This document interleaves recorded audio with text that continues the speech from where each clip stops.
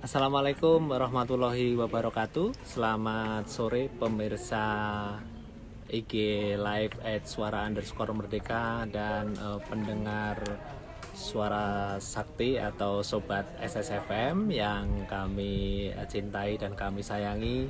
Kita kembali hadir dalam live Instagram yang kali ini kita akan berbincang dengan Ibu Menteri Ketenagakerjaan Republik Indonesia. Kita sedang menunggu sambungan dengan Ibu Hajah Ida Fauziah. Kita kali ini akan berbincang-bincang seputar nasib tenaga kerja di era new normal karena kita sekarang sedang menghadapi pandemi COVID-19. Tentu ini banyak sekali yang bisa kita kupas secara menarik sambil menunggu kita terhubung dengan Ibu Menteri. Silahkan pemirsa IG Live di Suara_Merdeka bisa mengirimkan komentar, pertanyaan, dan berbagai hal yang tentu berkaitan dengan sektor tenaga kerja. Di mana kita tahu sektor tenaga kerja di masa pandemi ini menghadapi situasi yang tidak pengusaha yang terlibat dalam kerjasama yang cukup erat tentunya. Tapi karena sektor pandemi kita juga merasakan bersama bahwa banyak sektor yang terkoreksi. Oh, kita sudah tergabung dengan Ibu Menteri. Apa kabar Ibu Ida Fauziah, Bu Menteri Ketenagakerjaan Alhamdulillah, Indonesia? alhamdulillah baik Mas Toto. Wah, ya Bu.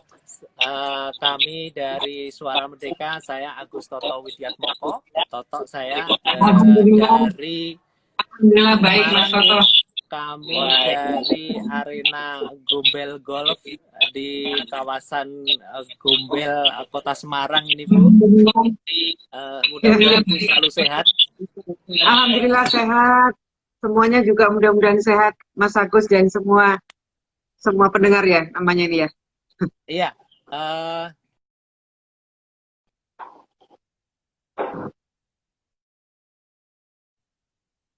Siaran IG Live di Suara_Merdeka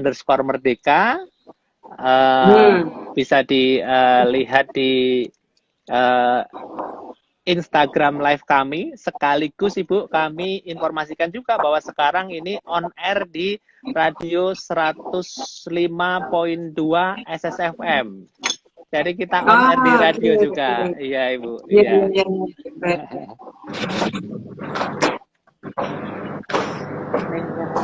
Terima kasih sekali ini Ibu Ida. Mudah-mudahan selalu sehat, selalu dalam lindungan dan tentu harus selalu produktif gitu ya Bu ya. Amin, amin. Produktif tapi aman COVID-19. Aman COVID-19. Oh iya, itu harus ya Bu. Produktif dan tetap mematuhi protokol kesehatan. Betul Mas Agus. Ya, Ibu, ini juga ada salam dari CEO kami Pak Kukrit Suryo Wicaksono. Salam sehat buat Ibu beserta keluarga dan jajaran Kementerian Tenaga Kerja. Salam balik buat Mas Kukrit. Mudah-mudahan Mas Kukrit, keluarga besar semuanya juga sehat. Amin, amin. Sekarang Pak Kukrit baru baru ada webinar juga, di kantor kami. Jadi waktunya kapan-kapan webinar bareng dong dengan Mas Kukrit. Oh boleh Bu, nanti kita agendakan Ibu, kita buat jadwal. Tentu banyak sekali. Iya Ibu.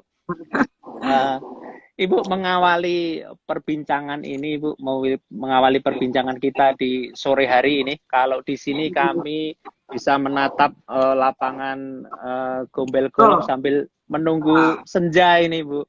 Senja yang cukup asik, indah di sini ini.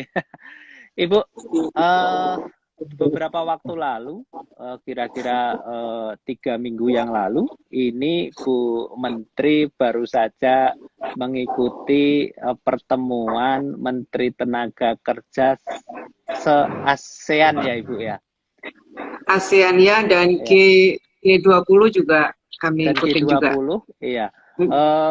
Di situ ada yang perlu disampaikan Ibu ya, di mana di masa pandemi COVID-19 ini ada 6,1 miliar tenaga kerja atau pekerja sektor informal yang terdampak COVID-19. Bisa disampaikan Ibu, kira-kira dampaknya sampai saat ini sejauh mana begitu ya? Ya, makasih Mas. Jadi pandemi COVID-19 ini sudah menjadi oleh WHO sudah ditetapkan sebagai pandemi global. 200 lebih negara di dunia ini mengalami COVID-19 ini. Jadi tidak hanya di Indonesia. Kalau pada awal-awal Desember, Januari, Februari, epicentrumnya itu ada di Wuhan, Tiongkok. Sekarang 215 negara terdampak COVID-19. Ya. Indonesia termasuk negara yang mengalaminya. Saya kira dampaknya memang luar biasa, tidak hanya pada aspek kesehatan, tapi juga sudah meluas pada aspek sosial dan ekonomi. Dan yang paling terasa dampaknya adalah pada sektor ketenagakerjaan.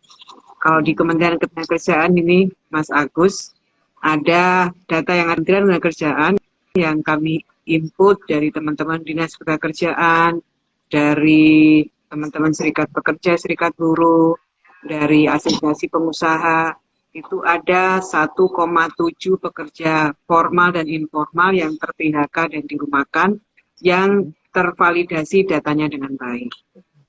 Ada 1,2 yang mereka terdampak juga ter-PHK atau dirumahkan, tapi validasi datanya masih dalam proses. Ada teman-teman PMI kita yang habis kontrak kerjanya, pekerja migran kita Mas, pekerja migran kita yang habis kontraknya. Ada seratusan ribu pekerja migran kita kembali ke air. Kemudian ada 34.000 CPMI kita yang karena karena ada pandemi COVID-19 ini, kami menunda sementara penempatan mereka di negara-negara penempatan. Jadi 3 juta lebih dari sektor ketenagakerjaan terdampak COVID-19 ini. Saya kira mungkin angkanya bisa lebih dari itu karena mungkin dinamis sekali. Hari-harinya cuma deg-degan aja Mas. Ada berapa lagi nih yang di PHK? Ada berapa lagi nih yang dirumahkan? Ya.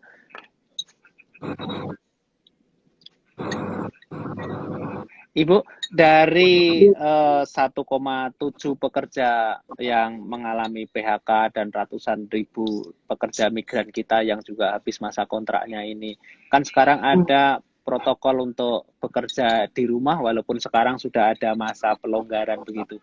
Bagaimana Ibu melihat produktivitas mereka ya Bu? Produktivitas mereka di masa work from home ini, apakah ini juga terkoreksi begitu Bu terhadap penghasilan mereka gitu? Sebelum ada pandemi, kebiasaan work from home hanya dikenal pada jenis pekerjaan tertentu saja, misalnya profesional dan pekerja mandiri. Tapi sebagai sesuatu hal yang baru, tentu saja perlu penyesuaian. Apakah WFH ini berpengaruh pada produktivitas kerja? Kami melakukan survei bekerjasama dengan lembaga demografi dan LIPI, menunjukkan bahwa 78% pekerja yang WFH mengaku tetap produktif. Jadi 78% tetap produktif ya. Pekerja yang melakukan WFH tetap produktif. Ya. Sebagai hal yang baru, WFH ternyata berdampak positif dalam beberapa hal. Misalnya konsumsi listrik, air, dan kertas di perkantoran jauh lebih hemat. Di Kemenaker misalnya, selama WFH ini konsumsi listrik turun 30%. Biaya konsumsi rapat tertentu juga jauh berkurang. Kalau tiap hari rapatnya Fitcon kan, satu, menghemat apa namanya BBM, menghemat biaya konsumsi. Saya kira ini apa namanya ada penurunan kos, kemacetan di jalan juga bisa kita hindari. Ya. Namun pada sisi yang lain, work from home ini juga berdampak kurang baik pada sektor tertentu, misalnya sektor transportasi, rumah makan. Ini adalah sektor-sektor yang dampaknya kurang baik. Ya, penyelenggaraan event khususnya di Kota Semarang, di Jawa Tengah sendiri juga terkoreksi banyak, Ibu. Dari Betul, betul. teman-teman di event organizer, di IPAI, itu juga merasakan dampak yang luar biasa ya. Biasanya mereka Betul, Mas bisa, Agus. ya, Jadi kalau teman-teman pada sektor pariwisata dan turunannya itu mengalami dampak lebih dulu. Januari akhir, Februari, yang lain belum merasakan dampaknya, tapi teman-teman pada sektor pariwisata itu uh, sudah sangat terasa dampaknya. sangat terasa. Teman-teman Bahkan mereka di Bali, perkembangan income-nya bahkan mereka sampai di level 0% karena memang ketatnya mereka mematuhi protokol kesehatan itu. betul, betul. Teman-teman yang bekerja di sektor pariwisata sudah agak lama mereka merumahkan, memang belum di PHK karena PHK kan butuh proses yang panjang, tapi mereka dirumahkan tidak mendapatkan upah. Ya ada sih sebagian yang upah 50%, tapi sebagian yang lain mereka tidak mendapatkan upah. Ya, kalau di era, kan sebentar lagi kita akan memasuki era new normal ya. Sekarang di beberapa daerah di Jawa Tengah juga sudah mempersiapkan era new normal, artinya nanti akan ada tata kehidupan baru, yaitu harus disiplin protokol kesehatan ya Bu ya, harus pakai masker, harus Betul. cuci tangan, dan terutama harus jaga jarak fisik maupun jaga jarak sosial. Tentu ini kalau di dunia usaha nanti akan meningkatkan pola shift untuk masuk Betul. kerja itu. Nah, Betul, apakah betul. pola shift ini juga nanti akan mempengaruhi jumlah produksi yang ada di sektor dunia usaha, dan apakah ini menjadi keuntungan atau kerugian bagi tenaga kerja kita, Ibu? Kalau berkurangnya produksi, ya pasti akan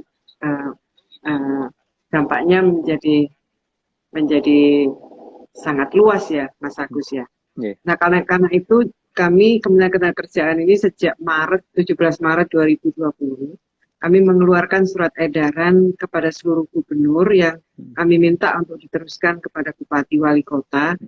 Yang inti dari SE tersebut adalah menekankan pentingnya perlindungan pekerja atau buruh dan kelangsungan usaha dalam rangka pencegahan dan penanggulangan COVID-19.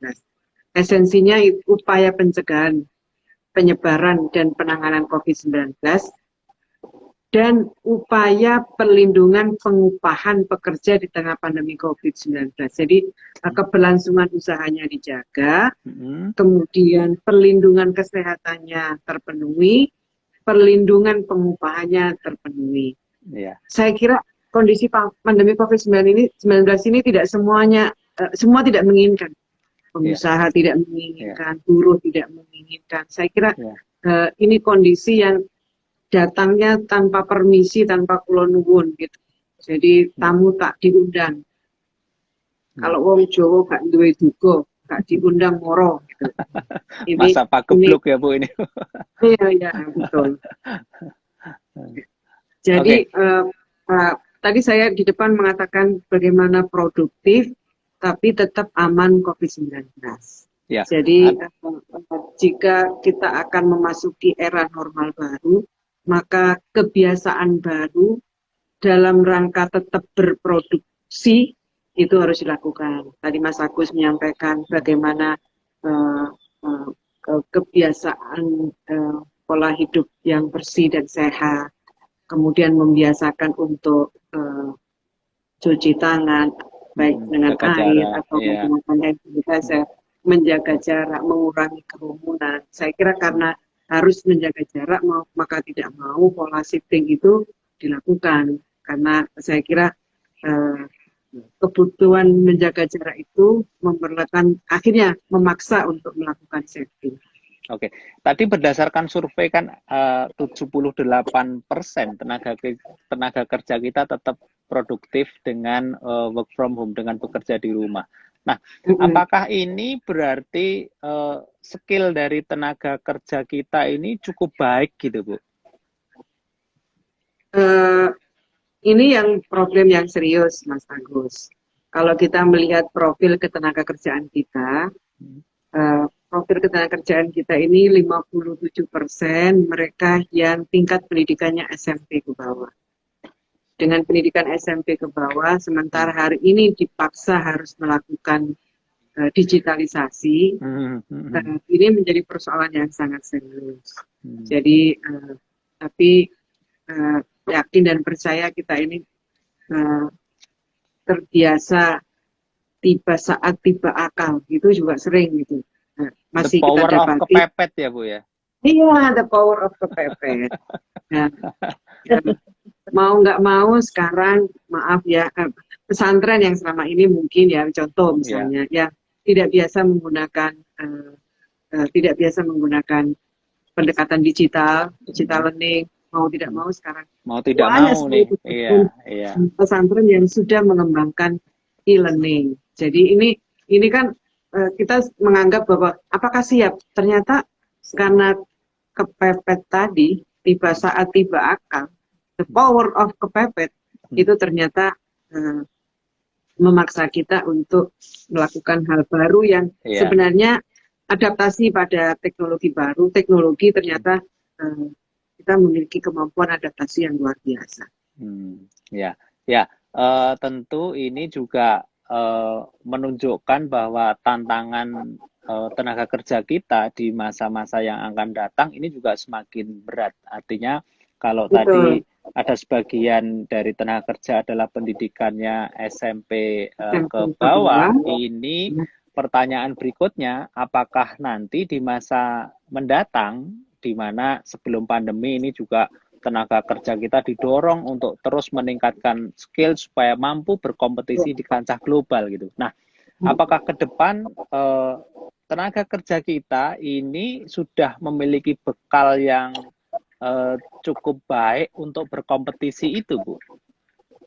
Ya, melihat PR kita, tadi yang saya katakan, mereka yang bekerja itu ternyata tingkat pendidikannya SMP ke bawah. Saya belum sampaikan data yang lain. Ternyata yang menganggur itu justru adalah mereka yang tingkat pendidikannya lebih baik. Lulusan SMA, SMK, dan perguruan tinggi. Itu jumlahnya lebih besar dibandingkan dengan mereka yang pendidikannya SMP ke bawah. Kenapa?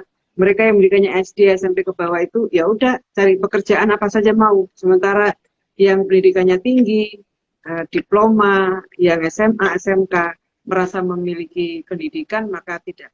Mereka tentu tidak pilih-pilih pekerjaan. Ini pekerjaan tersendiri.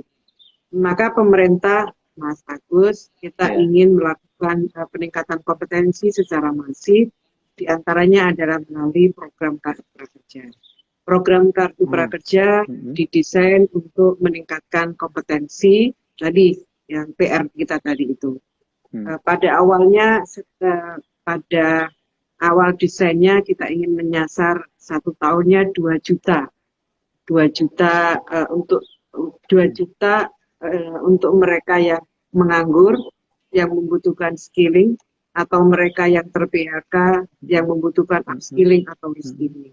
Itu desainnya. Kalau sebelum COVID-19 ini angka pengangguran kita 6,6 juta, kan sebenarnya dilakukan pelatihan yang ada di program Kartu Prakerja dan program yang secara reguler di Kementerian Kerjaan, sebenarnya kita bisa mengejar. Tapi karena adanya COVID-19 ini, maka program Kartu Prakerja tidak hanya didesain untuk meningkatkan kompetensi, tapi juga di situ ada social safety net. Jadi peningkatan kompetensinya, biaya peningkatan kompetensinya lebih rendah, sementara selebihnya untuk insentif sebagai bentuk dari social safety net. Jadi itu Ini program yang ada di Kartu Prakerja ya. Kami hanya menjadi bagian. Selebihnya kami akan dalam konteks untuk menjawab kebutuhan kompetisi global tadi, meningkatkan kompetensi untuk meningkatkan kompetensi kompetisi global. Jadi secara reguler kami melakukan program-program yang ada di Kementerian Ketenagakerjaan. Kami punya BLK yang tersebar di seluruh Balai Latihan Kerja kabupaten kota ya. Ini kabupaten kota, baik yang dikelola oleh Kementerian Ketenagakerjaan maupun yang dikelola oleh pemerintah daerah. Ini juga sebagai bagian dari upaya kita untuk meningkatkan kompetensi itu. Oke, Ibu. Ini juga menarik.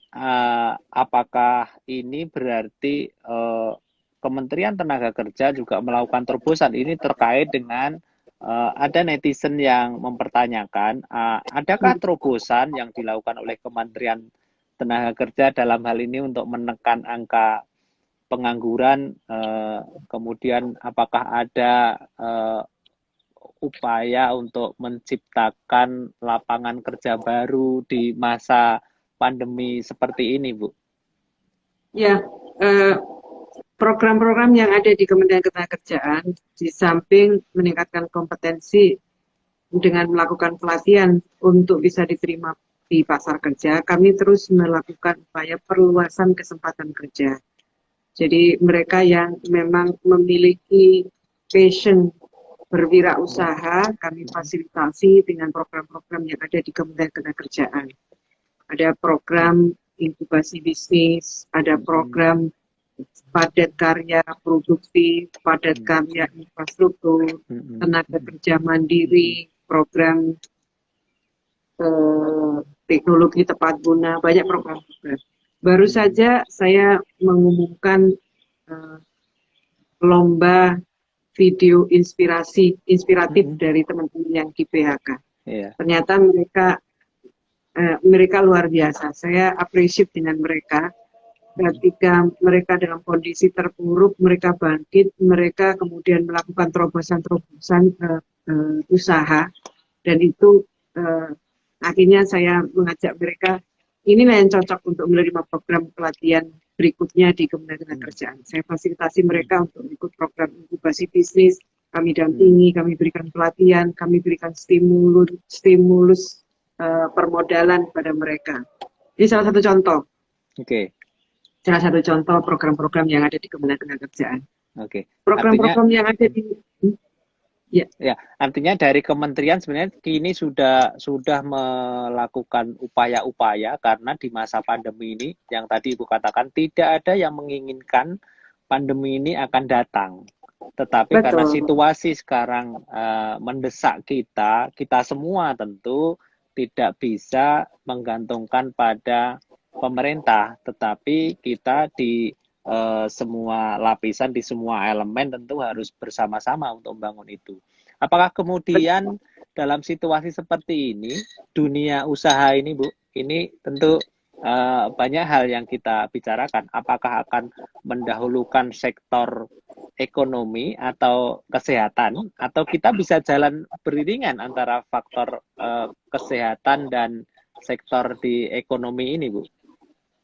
Ya, itu yang namanya adaptasi dengan lingkungan baru, adaptasi dengan adanya COVID-19 yang sampai sekarang kita belum tahu, WHO sendiri juga belum bisa memastikan kapan vaksin itu ditemukan. Nah, ketika kita semua tidak ada yang belum bisa memastikan, maka mau tidak mau kita harus melakukan adaptasi dengan COVID-19 ini. Adaptasi itu bukan menyerah, Mas Agus. Adaptasi itu adalah mengerahkan seluruh upaya agar terhindar dari COVID-19, tapi tetap menjalankan kegiatan berproduksi.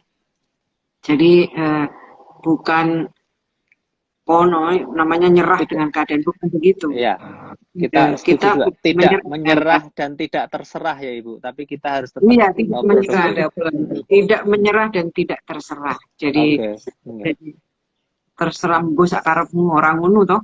Iya, harusnya memang seperti itu karena dalam situasi apapun kita tetap dituntut untuk produktif. Di sisi lain kita juga perlu inovatif, kita perlu kreatif, dan tentu kita harus selalu kolaboratif. Di mana di sini kalau di era seperti ini tadi pemerintah juga sudah melakukan di sektor Kementerian Tenaga Kerja sudah membuka berbagai jenis pelatihan gitu. Nah, Ibu, ini Dan saya mau sampaikan, yang dilakukan oleh pemerintah juga, itu tidak hanya konsentrasi pada penanganan kesehatan COVID-19, menangani kesehatan COVID-19 aja. Jadi pemerintah itu secara paralel juga melakukan upaya, misalnya dampak dari COVID-19 ini kan pada sosial ekonomi, ada sosial, mereka punya pendapatan menjadi berkurang, menjadi hilang, maka banyak masyarakat yang menjadi miskin baru. Ini maka pemerintah memperluas penerima program jaminan sosialnya. Kemudian pemerintah juga memberikan stimulus agar perekonomian kita tetap berjalan dengan baik. Jadi penanganan kesehatannya dilakukan, aspek atau dampak dari COVID itu juga dilakukan, aspek atau dampak sosial ekonomi juga dilakukan. Itu misalnya. Dari situ apakah ini juga akan menyentuh ke saudara-saudara kita yang berada di PMI, Bu? Karena sekarang ada berapa puluhan ribu atau ratusan ribu tadi ya PMI yang sekarang sedang mengalami situasi yang tidak begitu menggembirakan gitu. Iya, saya kira program yang kami lakukan adalah merespon tingginya PHK, tingginya yang dirumahkan. Tingginya yang di PHK yang dirumahkan itu bukan hanya mereka yang ter-PHK yang dirumahkan di dalam negeri, tapi juga mereka yang ter-PHK atau dirumahkan dari luar negeri. Artinya kalau mereka berhak untuk mendapatkan program kartu prakerja, berhak menerima bantuan sosial, maka mereka yang bekerja di luar negeri yang terdampak COVID-19 juga berhak atau memiliki hak yang sama. Oke, ini menarik sekali karena di Jawa Tengah sendiri, tentu juga banyak sekali saudara-saudara kita yang menjadi PMI dan sekarang juga nasibnya kurang begitu menggembirakan. Nah, apakah ini mereka sekarang ini juga dituntut untuk memiliki multi skill di era revolusi industri 4.0? Tentu tidak hanya spesialis yang dibutuhkan, tapi juga membutuhkan tenaga kerja yang multi terampil gitu. Karena teknologi sekarang juga semakin maju gitu. Iya, Mas, saya kira sama mereka yang bekerja di luar negeri atau mereka yang di dalam negeri, saya kira kebutuhannya adalah sama, bagaimana meningkatkan kompetensinya beradaptasi dengan industri 4.0. Kita sekarang bukan menghadapi 4.0, kita sudah mengalami secara terpaksa karena pandemi ini mengalami secara terpaksa digitalisasi industri 4.0. Saya kira membangun kompetensinya teman-teman ini tidak hanya untuk memberikan skilling saja, tapi juga kita meng-upskilling, bahkan mereskilling. Pada pekerjaan tertentu yang ternyata kita membutuhkan upskilling, maka pelatihan itu diarahkan dengan memberikan upskilling. Atau jika ternyata kebutuhannya sudah berbeda dengan kebutuhan pasar, maka mau nggak mau harus reskilling. Jadi ada kemampuan baru yang kita berikan.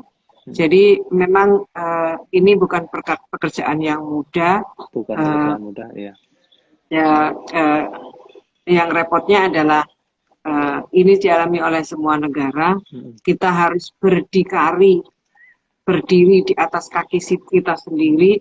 Semua orang mengalami hal yang sama, tapi kalau di dalam negeri kita kompak, ini juga sungguh sangat luar biasa.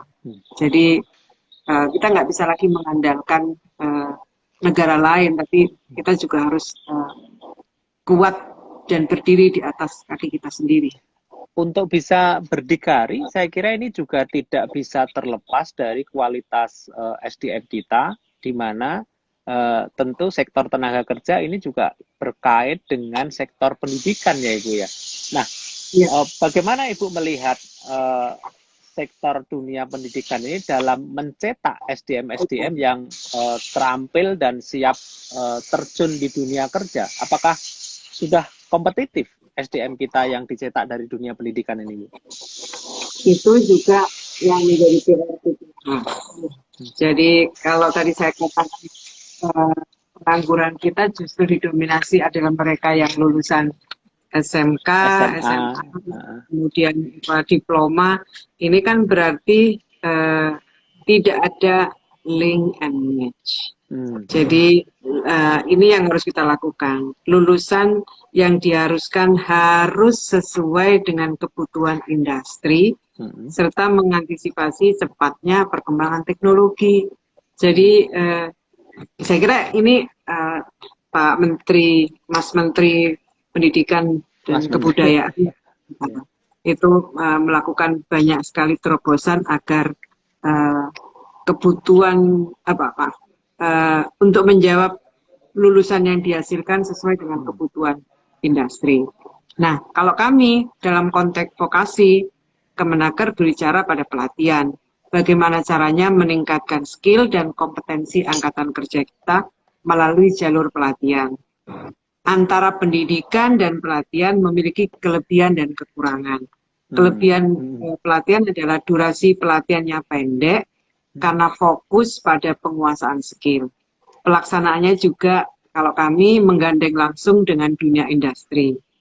Baik dalam menyusun silabus pelatihannya maupun instrukturnya, kami kolaborasi dengan industri. Alat pelatihan juga menggunakan alat yang digunakan oleh industri saat ini.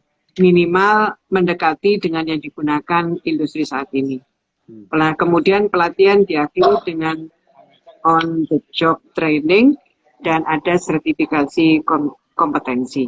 Sehingga output dari pelatihan itu benar-benar sesuai dengan kebutuhan pasar kerja yang diminati oleh industri. Ini kalau yang ngomong ini Menteri Ketenagakerjaan yang punya tanggung jawab untuk melakukan pembinaan pelatihan itu, Mas. Jadi ya, artinya apa ini yang harus ada harus ada sinergi antara berbagai sektor gitu, tidak hanya di sektor tenaga kerja tapi juga di Kementerian Perekonomian, di pendidikan terutama dalam mencetak tenaga-tenaga terampil. Dan Ibu, apakah kalau kita kemudian akan membagi jenis tenaga kerja dalam 3 kelompok, keterampilan rendah, sedang, dan tinggi, di masa yang akan datang, ini tenaga kerja keterampilan yang mana, Bu, yang akan masih bertahan begitu? Kita melihat tadi tingginya angka tenaga kerja informal yang mengalami pemutusan hubungan kerja, kemudian ada pekerja migran kita yang mengalami nasib kontrak baru, seperti itu. Keterampilan yang sedang, menengah, atau tinggi nanti yang bisa memiliki peluang besar di era revolusi 4.0 ini? Ya, kalau bicara industri 4.0, jenis pekerjaan yang masih akan bertahan dan akan tumbuh dengan baik itu adalah jenis-jenis pekerjaan yang membutuhkan keterampilan tinggi, terutama pada teknologi digital. Itu pasti ya karena memang eranya ini tadi saya katakan kita dipaksa untuk masuk pada 4.0. Ini yang bisa bertahan. Nah, kalau keterampilan jenis pekerjaan keterampilan sedang, repetitif, padat karya, cenderung akan digantikan oleh robot dan artificial intelligence. Misalnya industri manufaktur yang sudah mulai menggunakan itu. Kemudian pekerjaan dengan keterampilan rendah akan tetap bisa bertahan, namun dengan working condition yang semakin rendah apabila tidak dilakukan proteksi oleh pemerintah. Jadi Kalau Memrat ini memang mau nggak mau mereka yang memiliki keterampilan tinggi itu yang bertahan survive di era sekarang ini. Makanya tadi saya katakan betapa penting PR kita ini adalah bagaimana meningkatkan kompetensi mereka yang low skill diangkat menjadi middle skill sampai kemudian menjadi high skill. Iya, iya, kita masih berbincang dengan Ibu Menteri Ketenagakerjaan, Ibu Ida Fauziah. Ini kita sekarang masih terhubung di Instagram Live @suara_merdeka dan on air di radio SSFM 105.2. Silahkan kepada netizen maupun pendengar SSFM untuk bergabung untuk memberikan pertanyaan di kami. Kami masih menunggu pertanyaan-pertanyaan dari netizen dan pendengar SSFM. Nah, Bu Ida, ini juga ada hal yang menarik yang disampaikan oleh netizen. Banyak hal sih yang disampaikan. Ada yang berkirim salam ke Ibu, ada yang semoga sehat selalu. Salam balik. Iya, ada juga yang selalu terus banyak juga pertanyaan yang bagaimana nasib PMI yang sampai sekarang juga belum bisa mendapatkan hak-hak pekerjanya seperti itu. Tentu ini kita perlu menyampaikan juga kepada pemirsa suara_merdeka kenapa sekarang PMI pekerja migran Indonesia ini masih belum banyak, mereka merasa belum banyak mendapatkan hak-hak mereka untuk bisa kembali mendapatkan pekerjaan maupun hal-hal yang bersifat stimulus dari pemerintah gitu. Boleh spesifik ya? Apa maksudnya ya? Begini, hak yang mana yang belum terpenuhi maksudnya? Hak untuk mereka bekerja kembali, hak untuk mereka untuk bekerja. Pada prinsipnya kan mereka butuh pekerjaan kembali setelah mereka tidak diperpanjang masa kerjanya oleh perusahaan yang ada di luar negeri begitu. Begini, kalau mereka yang habis kontrak, karena habis kontrak tentu memang kembali ke tanah air. Apakah bisa kembali bekerja? Saya kira kita akan melihat kondisi, baik kondisi di dalam negeri maupun kondisi di luar negeri. Saya sudah minta kepada Direktur PT KLN untuk melakukan rakor dengan Kemenlu, rakor dengan BNP BP2MI untuk membaca, melihat kondisi di negara penempasan, termasuk juga melihat kondisi di dalam negeri. Kalau misalnya teman-teman berasal dari daerah yang zona merah, tentu memang kita akan lihat terlebih dahulu sampai zonanya hijau, untuk kemudian bisa diberangkatkan. Pada prinsipnya kami akan segera menempatkan kembali jika memang kondisinya benar-benar aman. Sementara sebenarnya Mas Adi, kenapa kita menunda sementara penempatan itu karena sebenarnya demi atau memberikan perlindungan kepada mereka. Di negara banyak di negara-negara penempatan yang memang melockdown negaranya, mereka tidak bisa keluar dan tidak bisa masuk. Dan ada beberapa yang di sini sudah mulai membuka lockdown. Jadi sekali lagi konteksnya adalah perlindungan negara. Iya, Ibu. Ya, ini menarik sekali pemirsa Instagram @suara_merdeka dan pendengar SSFM. Ini sekaligus menjawab beberapa pertanyaan yang masuk di kolom komentar kami. Kapan PMI akan diberangkatkan kembali? Pemerintah secara tegas tadi Bu Ida menyampaikan kalau pemerintah tidak serta-merta akan memberangkatkan karena beberapa negara masih melakukan lockdown. Artinya kalau ada pertanyaan kapan waktu yang tepat untuk bisa membuka kembali PMI ini bisa berangkat ke luar negeri gitu Bu? Tergantung dari kondisi negara penempatan. Jadi kami sedang mempelajari negara-negara yang sudah menyampaikan kondisinya aman. Maka kalau kondisinya aman, maka segera kami cabut peraturan kami segera akan cabut Kepmen 151. Jadi prinsipnya kami akan mencabut Kepmen itu ketika negara penempatan sudah dalam posisi aman. Artinya memang pemerintah tetap akan memberikan perlindungan kepada tenaga kerja kita, mengingat di beberapa negara, salah satunya yang ada di Korea itu terjadi apa istilahnya ya, pandemi gelombang kedua. Fase kedua. Ya. Fase kedua, betul. Ya, fase kedua ini malah angkanya ada yang lebih dahsyat dibandingkan dengan fase pertama. Artinya di sini pemerintah apakah tetap akan menyediakan lapangan kerja, membuka atau memberikan stimulus kepada sektor UMKM atau memberikan bantuan-bantuan yang sifatnya tenaga kerja kita ini bisa lebih mandiri begitu Bu? Ya, pemerintah juga banyak memberikan stimulus atau relaksasi kepada pelaku mikro kecil. Ada angka persnya 60 juta lebih mereka pelaku mikro dan kecil mendapatkan stimulus dari banyak relaksasi. Suaranya ada. Iya. Karena kami dari onshore, jadi ada live gitu Bu.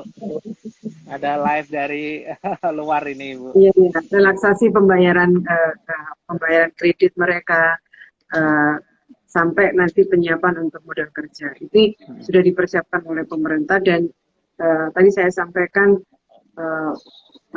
pemerintah tidak hanya menangani aspek kesehatannya, tapi juga memperhatikan bagaimana keberlangsungan ekonomi kita.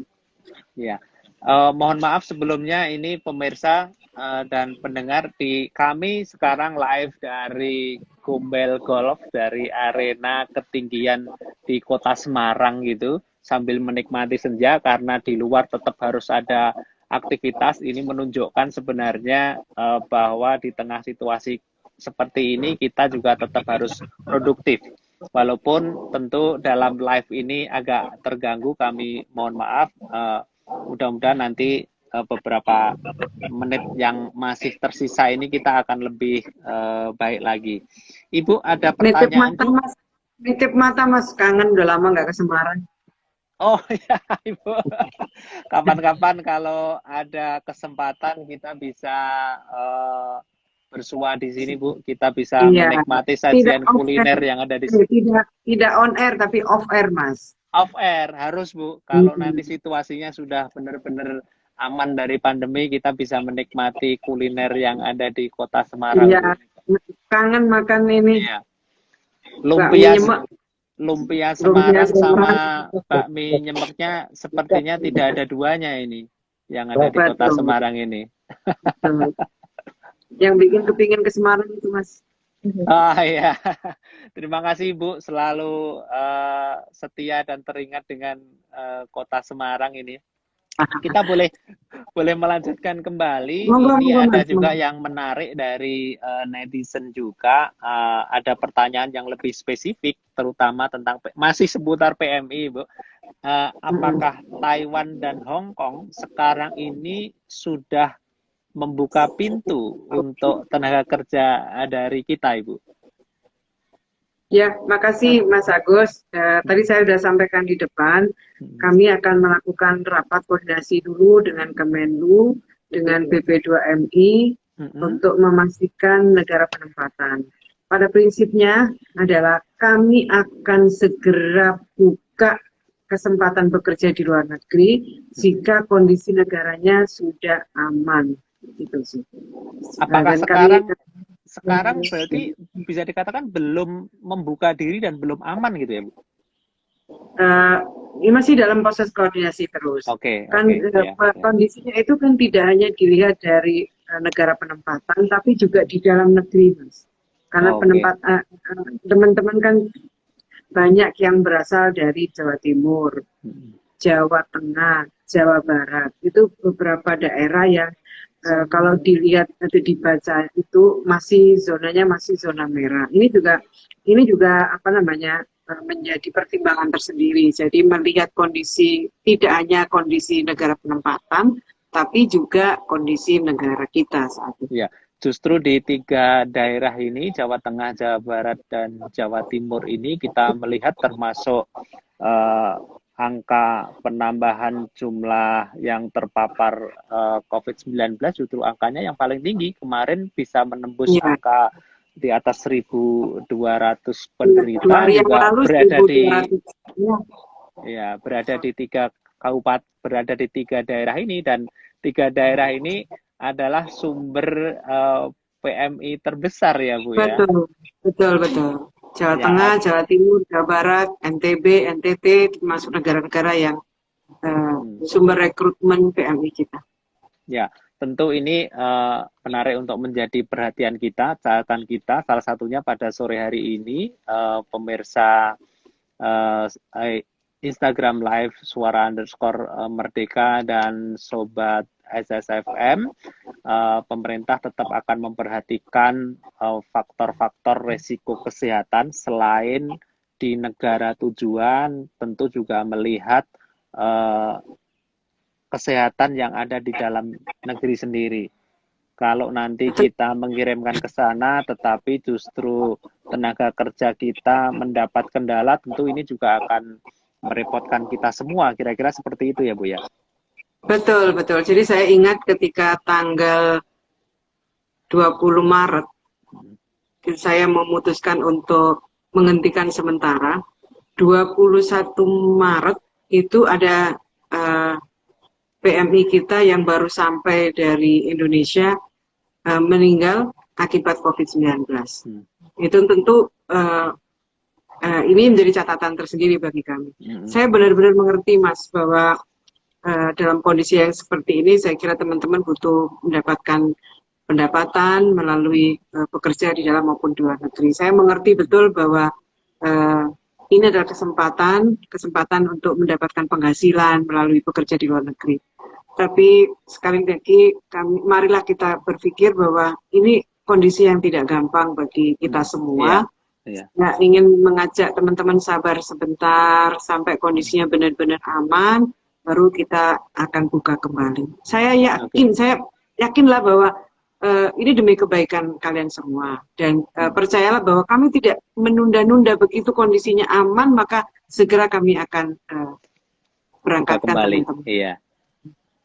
Iya, dan tentu tenaga kerja yang ada di luar negeri itu tidak selamanya selalu menarik dengan ada yang di dalam negeri. Di dalam negeri sendiri tentu juga banyak lapangan-lapangan kerja baru, sepanjang tadi Ibu juga menyampaikan di masa seperti ini kita tetap harus produktif. Ibu, ini di penghujung waktu pertemuan kita, ini sudah hampir habis juga waktunya. Kami mohon closing statement atau kalimat penutup. Sebenarnya PR terbesar dari sektor tenaga kerja kita ini apa ini, Bu, yang akan kita hadapi di masa depan dan masa sekarang ini, Bu? Yang kita hadapi, tadi sudah saya sampaikan di depan, adalah bagaimana meningkatkan kompetensi sumber daya manusia kita. Meningkatkan kompetensi mereka dan berharap mereka mengisi pekerjaan-pekerjaan baru dengan kompetensi baru. Dan kalau selama ini kita lebih banyak memiliki tenaga kerja yang low skill, maka PR kita bagaimana meningkatkan mereka sampai memiliki high skill. Dengan program dan kegiatan yang ada, saya berharap mari bersama-sama kita sambut bonus demografi yang akan kita dapatkan ini dengan benar-benar membangun sumber daya manusia agar kita benar-benar mendapatkan bonus, kita mendapatkan manfaat, bukan mendapatkan mandorot dari bonus demografi itu. Dan Ya, saya mengajak dalam kondisi pandemi COVID-19 ini, mari tetap semangat, produktif, tapi tetap jaga kesehatan kita. Ikutin protokol kesehatan, ingat produktif, tapi tetap aman dari COVID-19. ya, produktif tapi tetap aman. Itu catatan kedua dari pertemuan kita pada sore hari ini dengan Ibu Menteri. Terima kasih sekali atas waktunya Bu Ida Fauziah, Menteri Ketenagakerjaan Republik Indonesia. Salam sehat dari kami, Bu. Tetap produktif dan jaga kesehatan. Mudah-mudahan kita mendapatkan berkah yang luar biasa dari pertemuan kita sore hari ini. Terima kasih Amin. atas waktunya. Sama-sama. Iya, Bu. Iya, Bu. Mas Agus dan seluruh pendengar suara _Merdeka. Iya. Terima kasih, Bu. Lain kali kita bisa bertemu dalam waktu yang kesempatan dan yang lebih baik lagi tentunya. Oke, pemirsa di IG Suara _Merdeka dan pendengar SSFM, sampai di sini pertemuan kita dengan Bu Ida Fauziah, Ibu Menteri Ketenagakerjaan Republik Indonesia. Kami mengaturkan banyak terima kasih atas partisipasi dan komentar-komentarnya. Ini sebenarnya banyak komentar yang menarik, tapi mohon maaf tidak bisa semuanya kami sampaikan karena waktu juga hanya 60 menit terbatas di pertemuan IG Live. Terima kasih, Bu. Wabillahi taufiq walhidayah. Wassalamualaikum warahmatullahi wabarakatuh. Waalaikumsalam warahmatullahi wabarakatuh. Ya.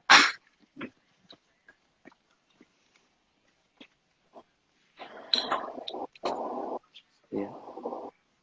Ya, itu tadi pendengar dari Suara Sakti atau SSFM 105.2 FM.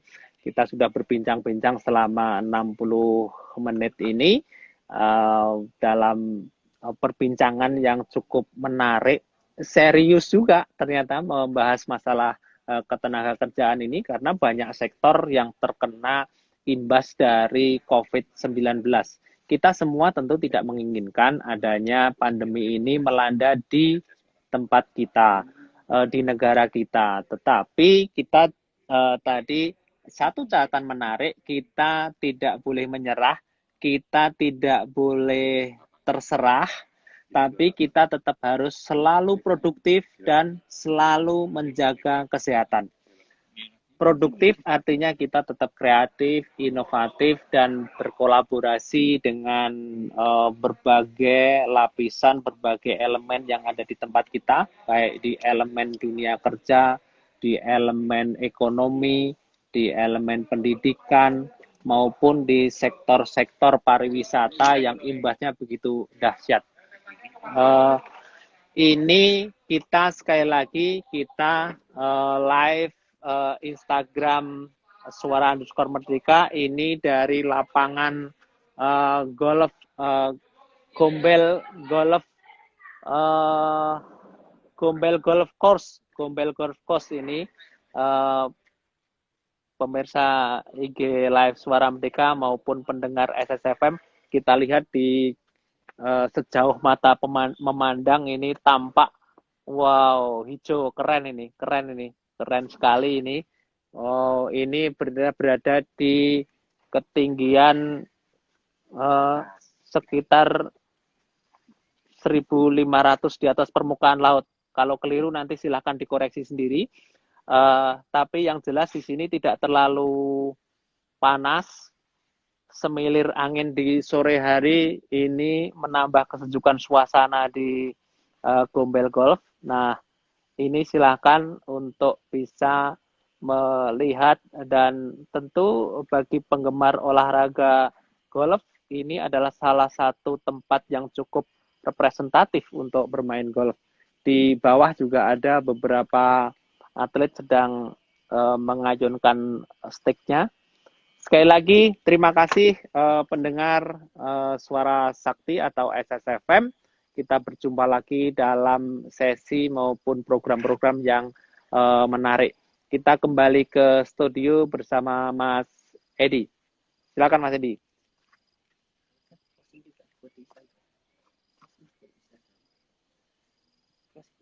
Oh, pemirsa Instagram, kami juga cukup sekian.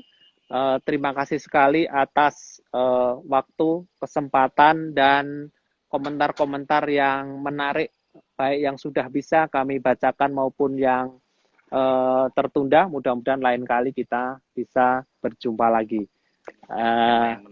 dalam tema-tema yang menarik tentang bantuan sosial yang sekarang ini juga lagi bermasalah dan banyak dipertanyakan oleh warga masyarakat. Juga sektor dunia usaha yang sekarang sedang menggeliat di masa pandemi ini, atau nanti di sektor olahraga yang sekarang sedang digandrungi oleh masyarakat. Salah satu contohnya adalah goes. Kita sekarang bisa menyaksikan dari pagi, siang, sore banyak rombongan-rombongan goeser yang ada di lingkungan sekitar kita.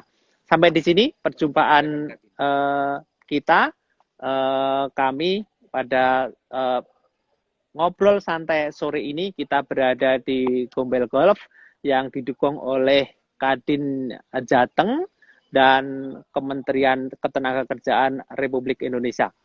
Sampai di sini pertemuan kita. Wabillahi taufiq wal hidayah. Wassalamualaikum warahmatullahi wabarakatuh.